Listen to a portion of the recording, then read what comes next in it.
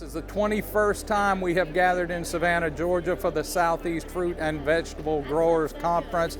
Chris Butts is the head of Georgia Fruit and Vegetable Association, which sponsors this show with the South Carolina Peach Council. This is 21 times they've gathered under this roof. Had a year off for COVID, so it's actually the 22nd year of the show. 26 years into the organization now. Chris, I've watched this grow from when I first started coming 14, 15 years ago. It was already a sizable show, but I would have to say, to my eyes, it has maybe as much as doubled or increased at least by a third in the time period that I've been coming. It's fueled by a growing industry in Georgia.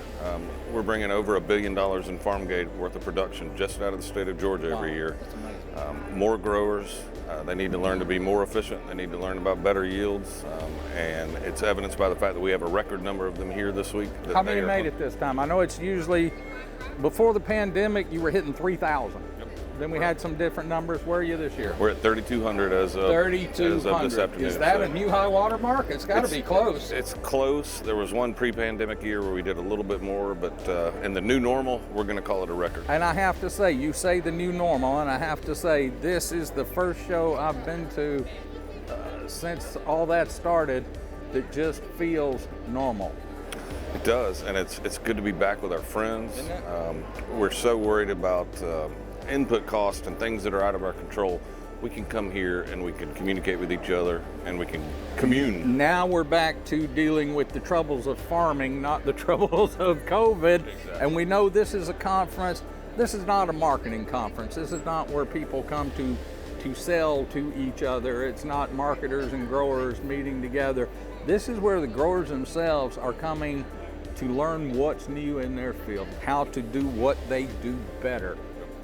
What has happened in the last 12 months since they last convened here, what's coming in the next 12, the next 24, the next 36. This is where people come to learn. Yes, sir. It is, and man, you just stumped me there. You went in a totally different direction than what I was expecting.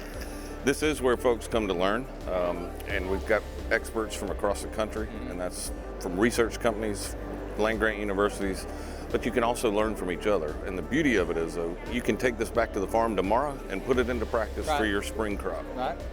And then as we look at it, though, there's a particular emphasis on Georgia, and we're in Georgia, and it is sponsored by the Georgia Fruit and Vegetable Association. But we see people on this floor from everywhere. We see Canadians, we see Californians, all coming here to learn and to interact. It's a regional show, Southeast. But our target audience is anybody that's involved in fruit and vegetable production. And to your point, we've got people from Michigan, we've got people from California, we have people from out of the country.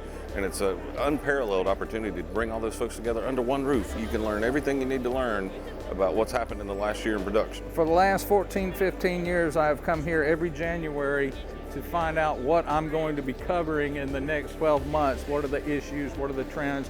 What's driving this show this year, Chris? One of our big concerns continues to be labor and wage rates. So we've had a lot of conversation amongst ourselves and with our elected officials about how we can get a reliable and stable guest worker program for our folks. They're facing a 14% increase every year, or this year. You can plan for a 3 or 4% increase. Right. You can't plan for an unplanned 14% increase that was announced. Especially with a process that is as cumbersome as using legal immigrant labor. It's very cumbersome. It takes a lot of time and a lot of effort and expertise that are beyond what a typical grower is going to have. So it's forcing them to work with more contractors and labor agencies. And we've got to find a way to make that a little simpler for the grower. But most importantly, it's got to be dependable for the grower and predictable. Yes. Yep.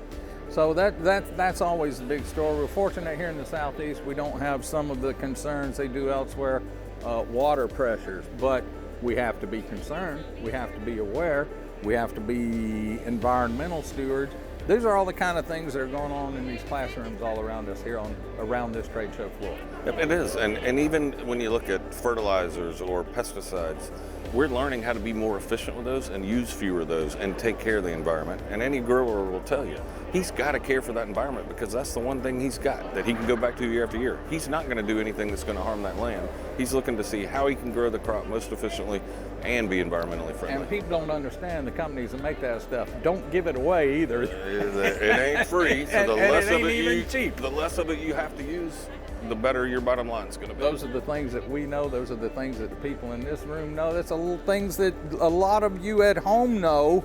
It's the message that we need to get out to the big broad world. Shows like this are happening everywhere and pushing that ball forward.